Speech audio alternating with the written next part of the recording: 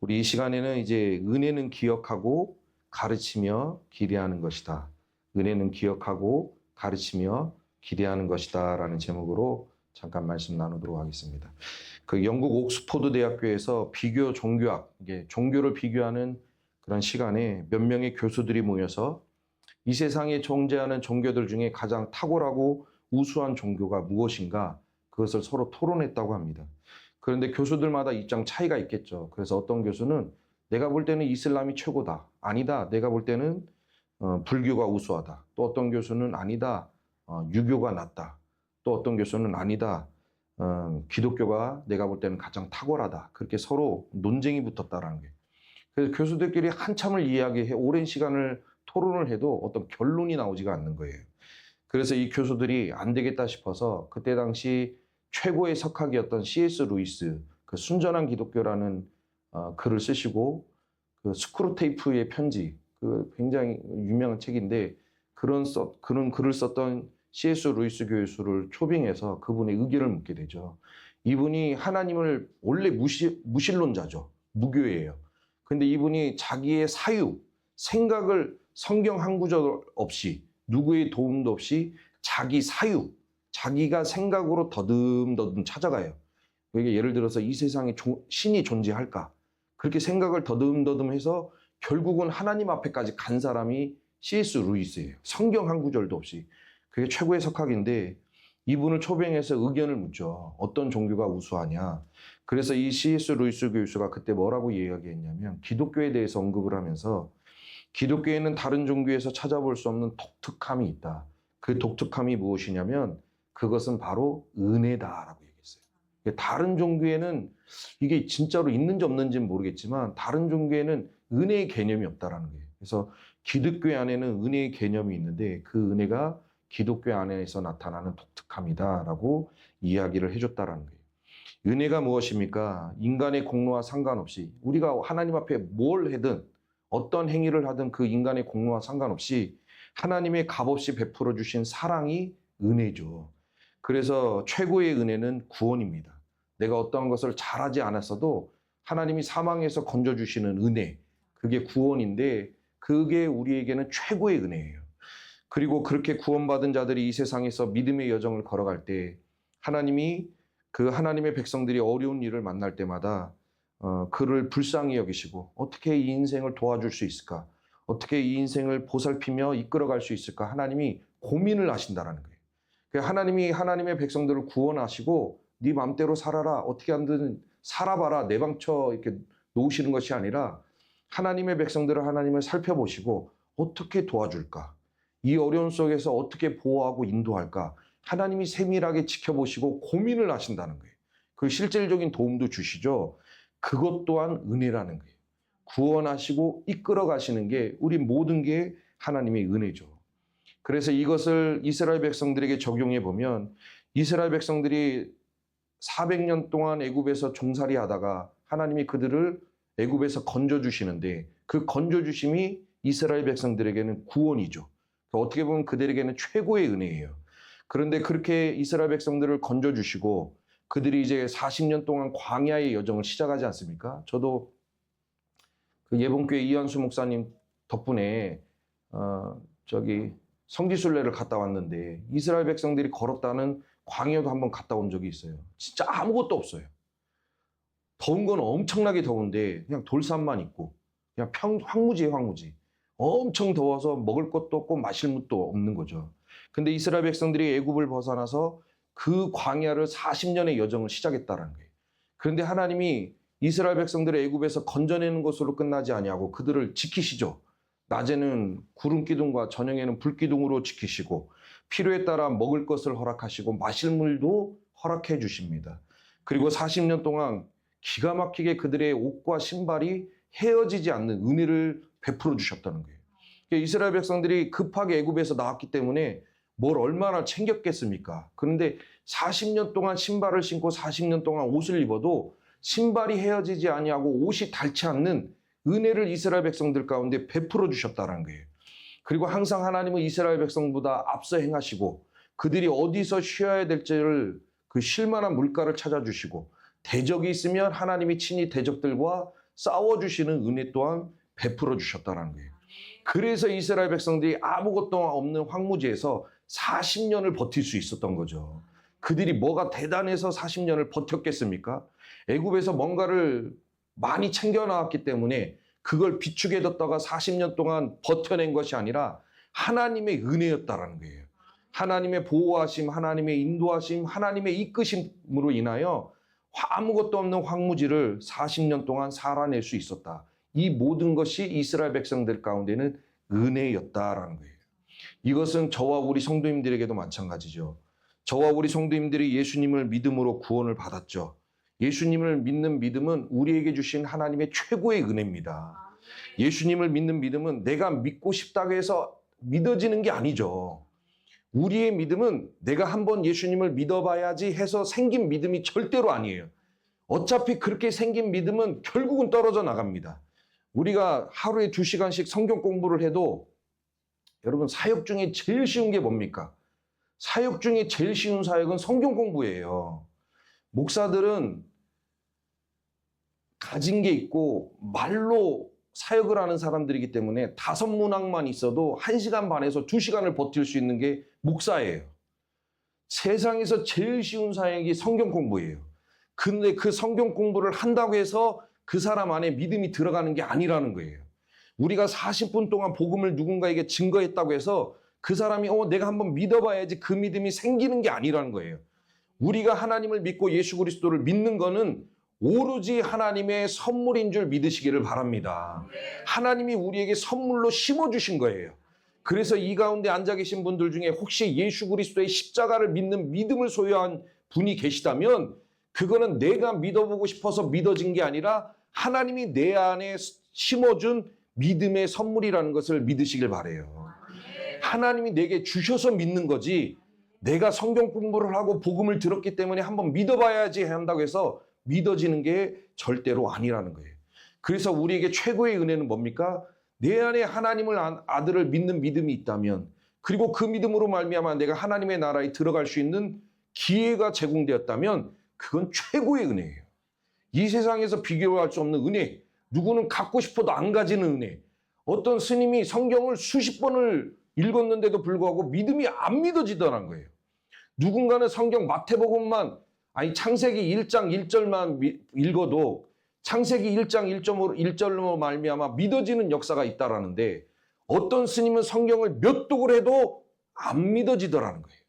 그래서 믿음은 내가 믿고 싶다고 해서 믿어지는 게 아니라 하나님이 우리에게 베풀어 주신 최고의 은혜가 믿음이다.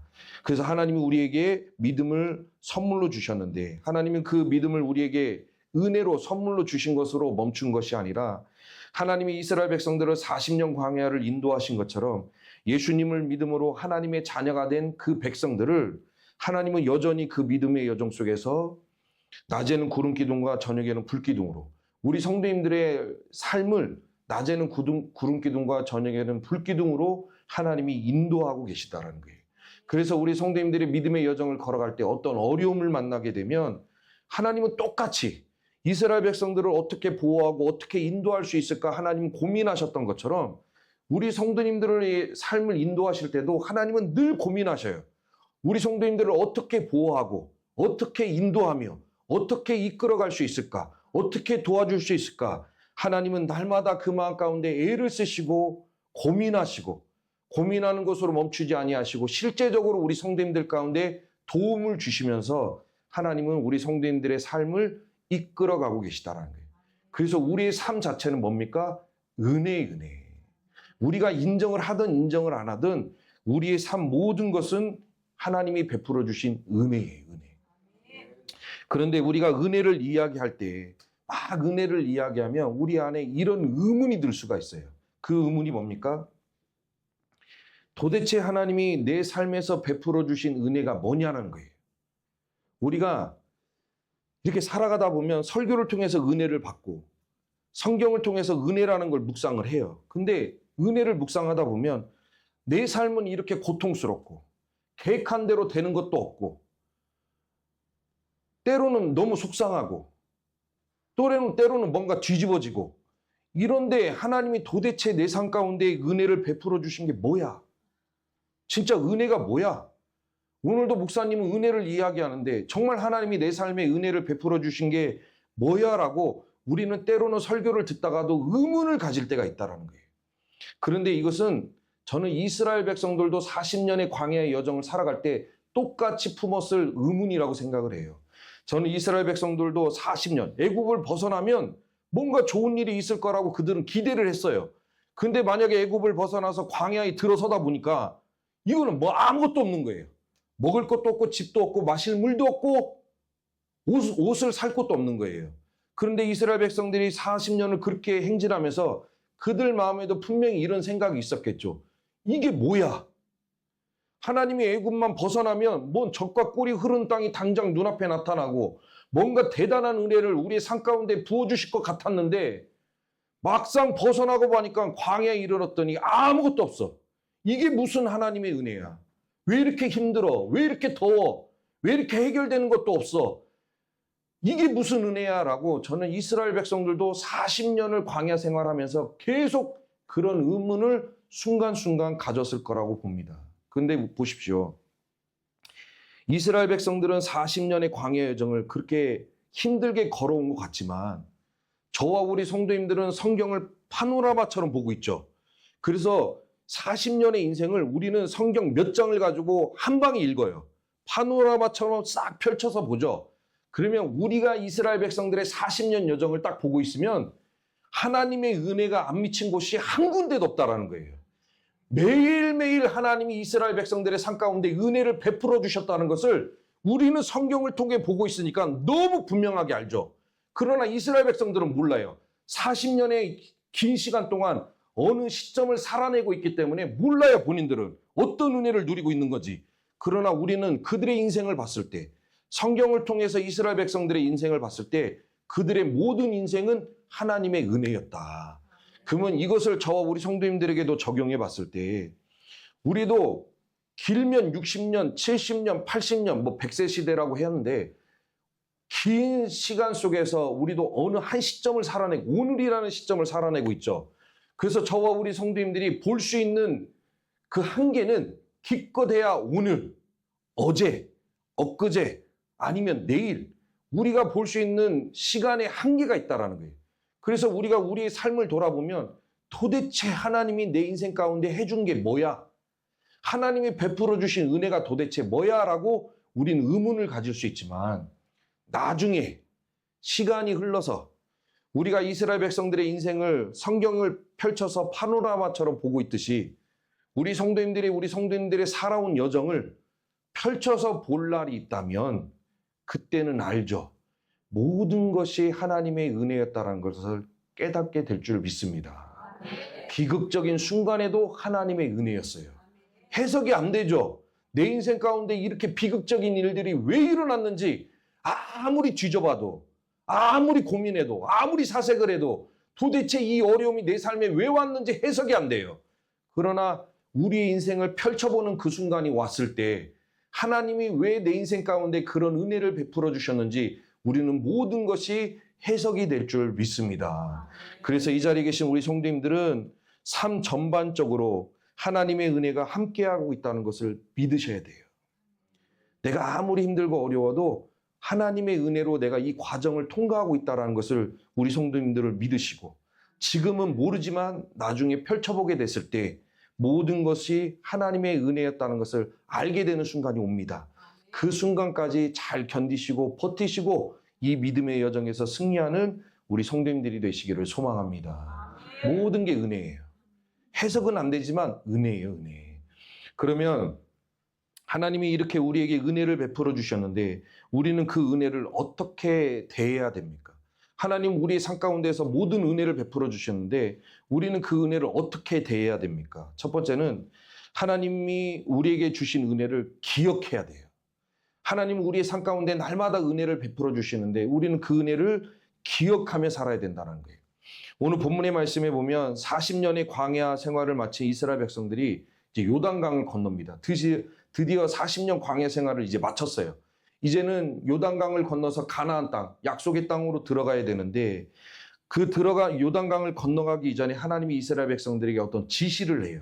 그 지시가 뭡니까? 오늘 본문의 말씀 2절과 3절에 보니까 백성의 각 지파에 한 사람씩 12사람을 택하고 그들에게 명령하여 이르기를 요단 가운데에 제사장들의 발이 굳게 선 그곳에서 돌 12를 택하여 그것을 가져다가 오늘 밤 너희가 유숙할 그곳에 두게 하라 하시니라. 하나님이 요단강을 건너야 하는 이스라엘 백성들에게 지시하시기를 너희 12개의 지파가 있는데 12지파 중에 한 사람씩을 택해서 그 사람으로 하여금 요단강 바닥에 있는 돌을 들고 나오라는 거예요. 한 사람씩 돌을 들고 나와서 어디다가 쌓아 놓게 됩니까?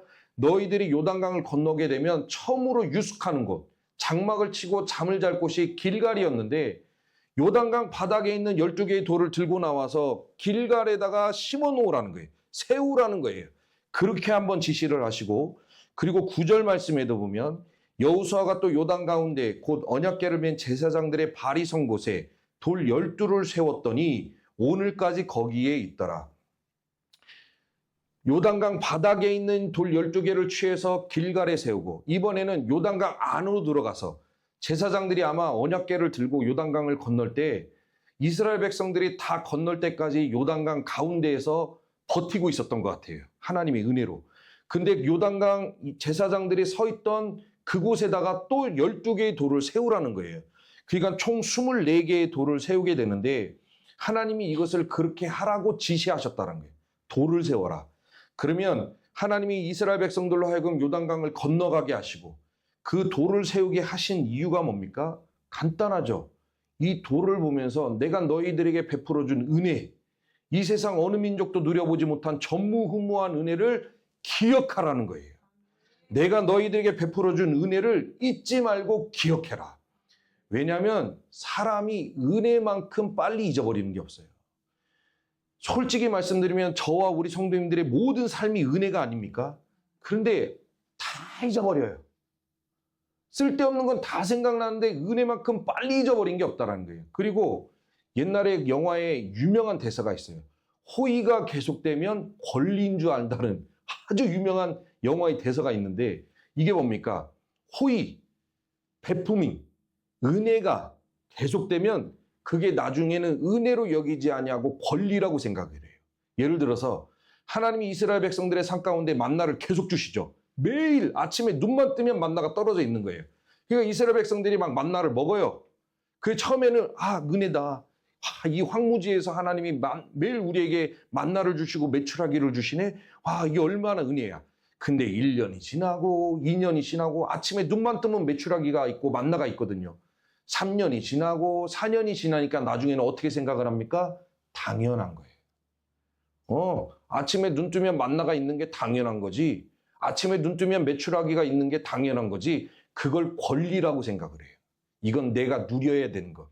하나님의 은혜라는 걸 잊어버리는 거예요. 그래서 옛날에 그런 시험을 했대죠. 사람 집집마다 어느 동네 집집마다 가서 매일 10,000원씩 이렇게 문에 껴줬다는 거예요.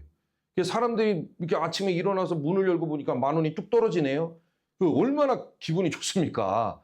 걸어가다가 저번에도 우리 아들들하고 걸어가다가 50원짜리 하나 주웠는데 그 50원짜리 하나만 봐도 기분이 좋아요. 죽지는 않았어요.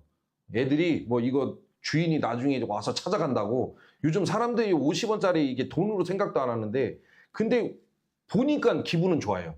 근데 10,000원짜리가 문 앞에 떨어져 있으면 얼마나 기분이 좋습니까?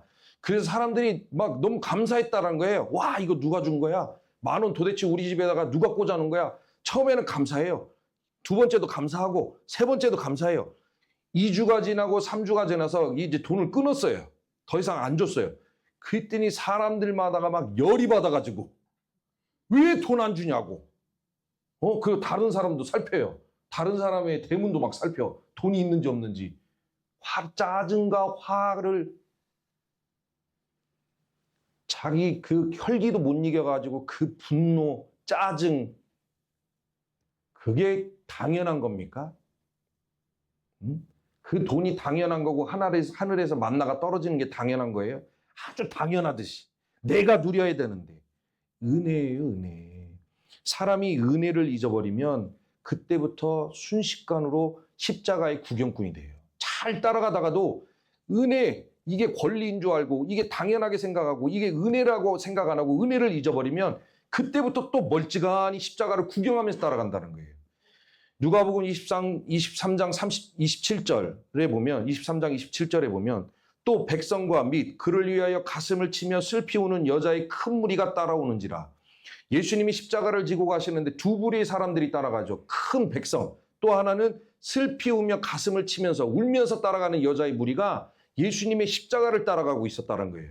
그런데 이 백성, 이 예수님의 십자가를 따라가는 백성들이 누구인지 누가복음 23장 35절에 보면 나와 있어요.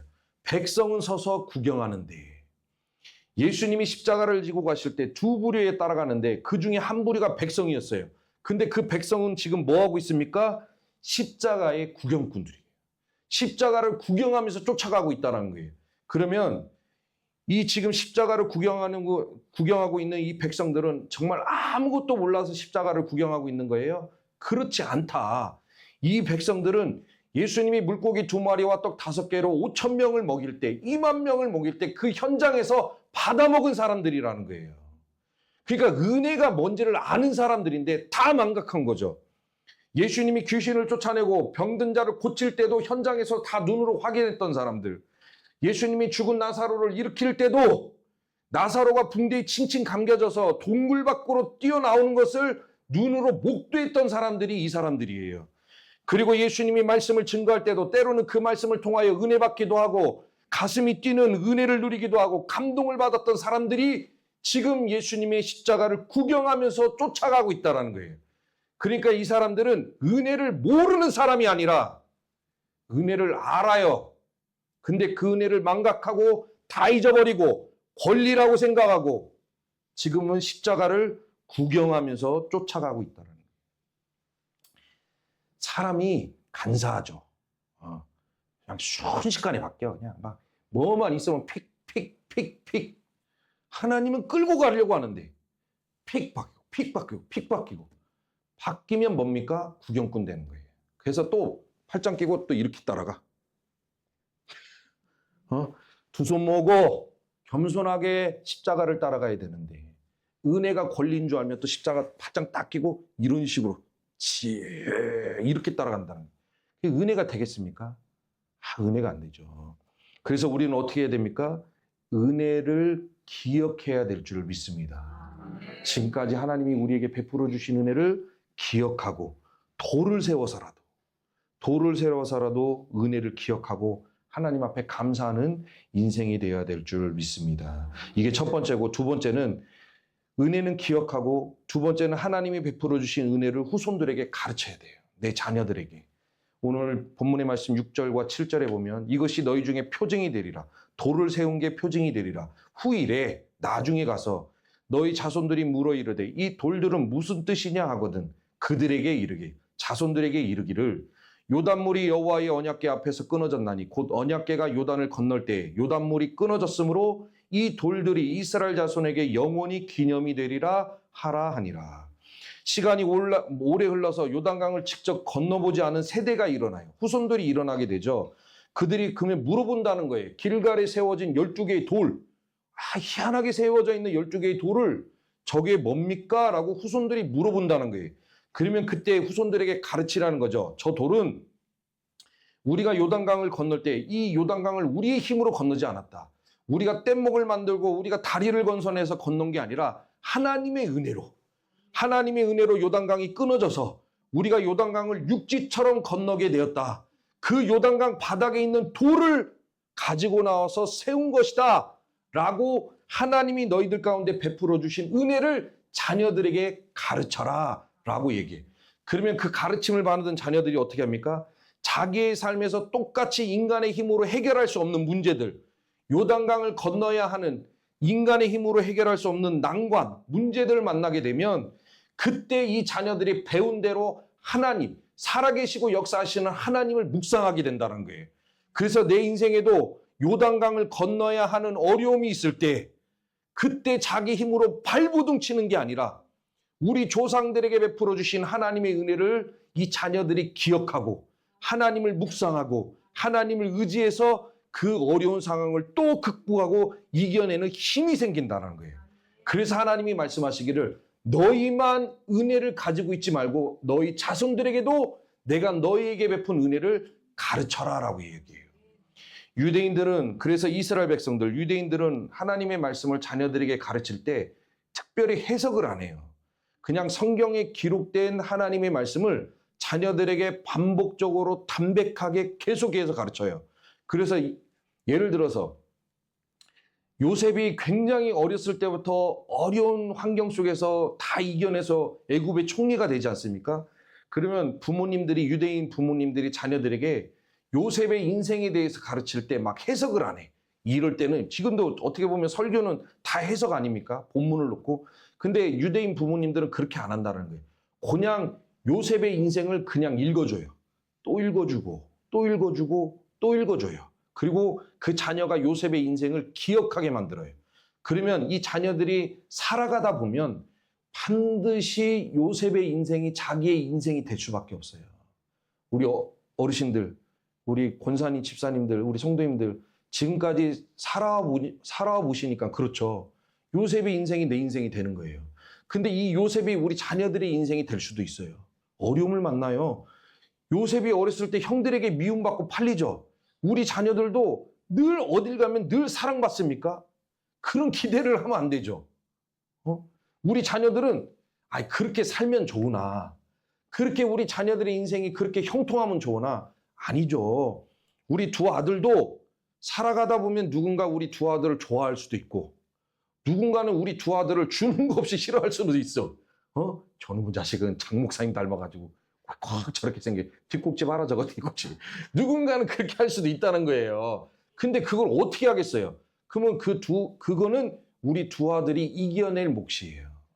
아빠가 막 쫓아가서 어떻게 해줍니까? 아니죠. 누군가가 나를 미워하면 그 미움을 본인이 스스로 견뎌내야지. 해결해 보기도 하고 이겨내 보기도 하고 또 요셉이 거기에서 하나님의 도우심으로 건짐을 받은 것처럼 우리 아들도 하나님의 건져주심을 경험해 봐야죠. 그렇게 되는 거예요. 그래서 유대인들은 특별히 해석하지 아니하고 그냥 가르쳐 담백하게. 그래서 하나님은 뭐라고 하십니까? 내가 너희들에게 베풀어준 은혜를 기억하고 자녀들에게 가르쳐라.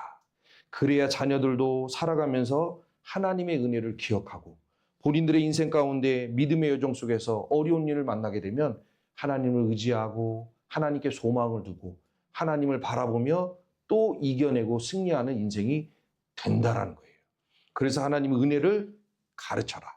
자녀들에게 가르쳐라라고 말씀하고 계시다는 거예요. 이건 두 번째. 그래서 은혜는 첫 번째 기억하고 두 번째 은혜는 반드시 가르쳐야 돼요. 근데 부모님 안에 은혜가 없으면 가르칠 수가 없어. 그래서 제일 만만한 게 뭡니까? 오늘 교회 갔다 왔어? 네. 금방 칭찬을 아끼지 않습니다. 근데 교회 갔다 왔어가 아니라 너의 인생 가운데 예수와 함께하고 있니가 맞는 거죠. 교회 갔다 왔어가 아니라 네가 월요일 날도 하나님과 동행을 했니? 화요일 날도 예수와 동행을 했니가 맞는 거죠. 내 안에 은혜가 있어야 자녀들에게 그 은혜를 꺼내서 가르치는 부모가 될 줄 믿습니다. 하나님은 그걸 원하신다라는 거예요. 그리고 마지막 세 번째, 우리는 은혜를 기억하고 은혜를 가르치면서 어떻게 해야 됩니까? 여전히 하나님이 우리에게 은혜 베풀어 주실 것을 기대하며 살아가야 된다는 거예요. 오늘 본문 신명기 5장 10절 말씀에 보면 나를 사랑하고 나의 계명을 지키는 자에게는 천대까지 은혜를 베푸시느니라. 하나님은 하나님을 사랑하고 하나님의 말씀에 순종하는 자들에게 천대까지 은혜를 베풀어 주신대요. 근데 여기서 말하는 천은 충만을 의미하죠. 충만. 그래서 딱 천대까지 은혜를 베풀어 주신다가 아니라 하나님은 하나님을 사랑하고 하나님의 말씀에 순종하는. 제가 요즘 묵상하면 묵상할수록 참 최고의 신앙이 뭐냐, 최고의 신앙이 뭐냐라고 봤을 때 하나님을 사랑하고 하나님의 말씀에 순종하는 인생이 최고인 것 같아요. 아무리 생각을 해도.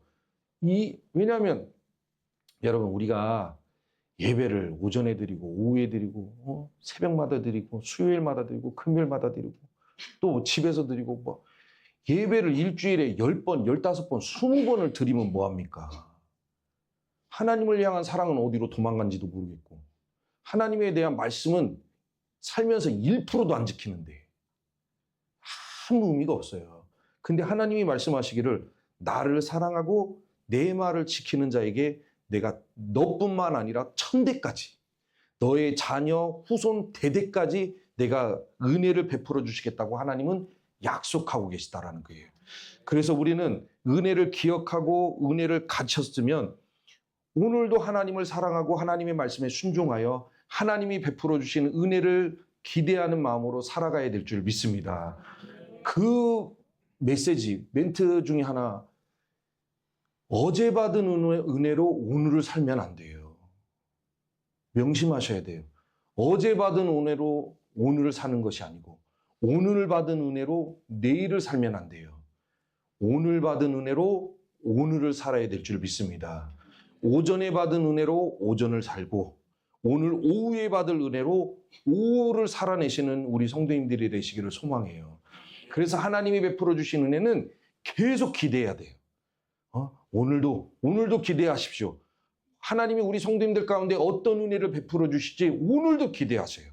아무리 힘들고 어려우고 잘 풀리지 않고 해결되지 않는다 할지라도 기대하셔야 돼요. 내일도 기대하시길 바랍니다.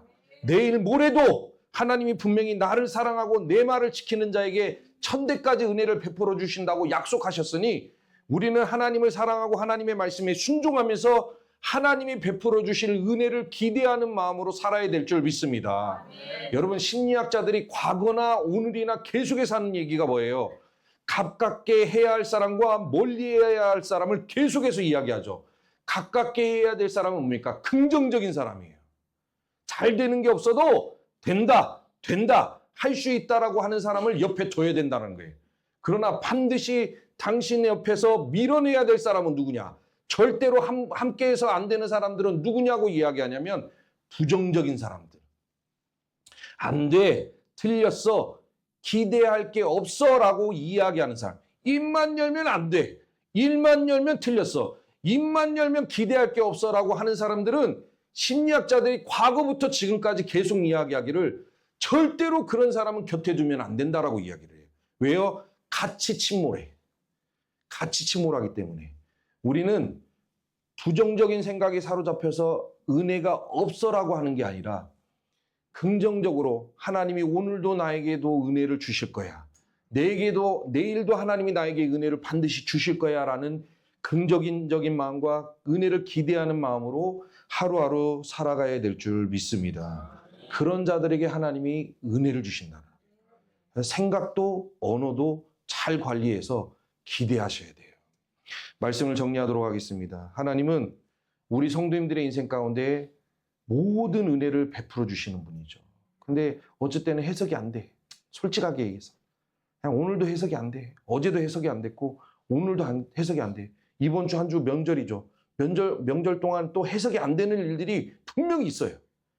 우리 성도님들의 귀에 해석이 안 되는 일들이 보이고 들리고 막 가슴을 뛰게 만들고 해석이 안 되지만 펼쳐보게 되면 하나님의 은혜라는 것을 알게 되는 날이 오듯이 고난을 기대하면서 하나님의 은혜를 기억하시고 하나님의 은혜를 가르치시고 하나님의 은혜를 기대하며 살아가는 우리 성도님들이 되시기를 소망합니다. 한 주의 삶 속에서도 어떤 일이 일어날지 모르겠지만 이 명절 기간 좋은 날, 빨간 날, 많은 날, 이 좋은 날이지만 솔직히 어떤 일이 일어날지는 알 수 없어요. 그러나 절대로 낙담하지 마시고 실망도 하지 마시고 기대하는 마음으로 하나님의 뒤를 따라가는 우리 성도님들의 믿음과 신앙이 되시기를 주의 이름으로 축복합니다.